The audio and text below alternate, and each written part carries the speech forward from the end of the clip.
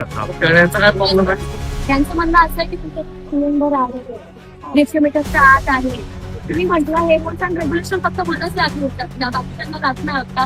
पुढे शोरमावाला आहे, फ्रँकीवाला आहे, 2 वडापाववाले आहे, सर्वांचे सिलेंडर चालतात, सर्वांचे 2-2 सिलेंडर चालतात. आणि महापालिका म्हणजे की प्रायव्हेट आहे? प्रायव्हेट आम्ही लावून टाकायचं. मी बोलते दादा, मी एवढं 2 वर्षापासून स्ट्रगल केलंय.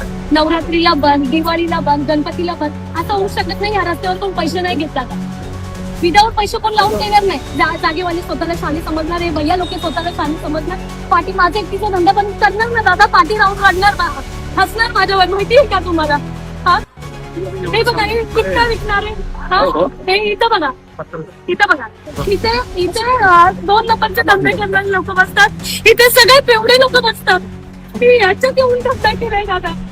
300 रुपये घेतात माझ्याकडून रोज. गेला नाही घेतात दादा, बरोबर येऊन.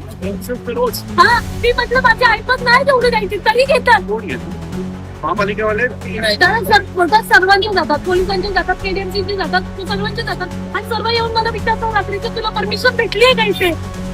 तू एक काम कर, तुझी गाडी इथे लावून टाकायची. कारण माझं म्हणणं काय, ह्या लोकांना, हे भैया लोकांना, अपंग म्हणून यांना टपरी भेटतं ना, मला इथे टपरी टाकून द्या दादा. टोपलीच टाकतो ना त्याच्यात. आणि त्याच्यावर राज ठाकरे साहेबांचा फोटो द्या मला लावून. मला राजसाहेबांनीच पाठवलंय तुला भेटायला. मी त्यांना जर मला वोट करते ना सर, तर मला त्यांचा एक फोटो पाहिजे. आणि मला इथे कोणच हलवू नाही शकत. मला साहेबांनीच पाठवलंय, त्याचं काय प्रॉब्लेम झाला बघून घ्या म्हणून साहेबांनी मला सकाळी पाठवलंय.